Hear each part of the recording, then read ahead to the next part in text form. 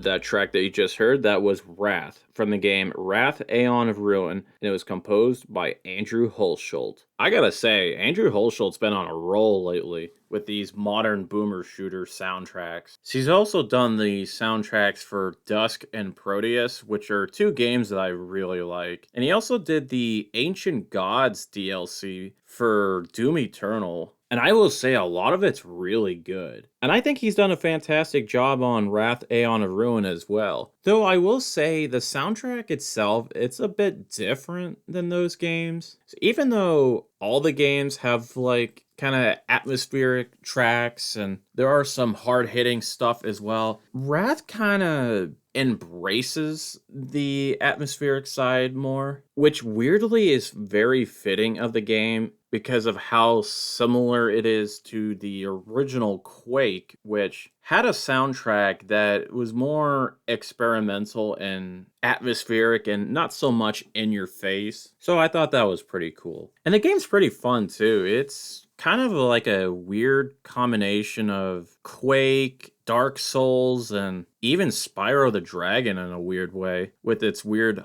hub worlds, and you could pick whatever levels you want to tackle. It is pretty cool. And I might be sharing more of Andrew Hulshult's work in the future whenever I get around to doing this collaboration of talking about modern boomer shooters and boomer shooters in general with another podcast that I will not name at the moment, but I'm hoping that we could do this real soon. It's going to be really awesome. So I guess look out for that in the future. I think we're going to move on to something even a lot more different than this. And this is coming from the game Silhouette Mirage. The track is Half and Half, and this was composed by Katsuhiko Suzuki, Jun Irie, and Hideki Matsutake.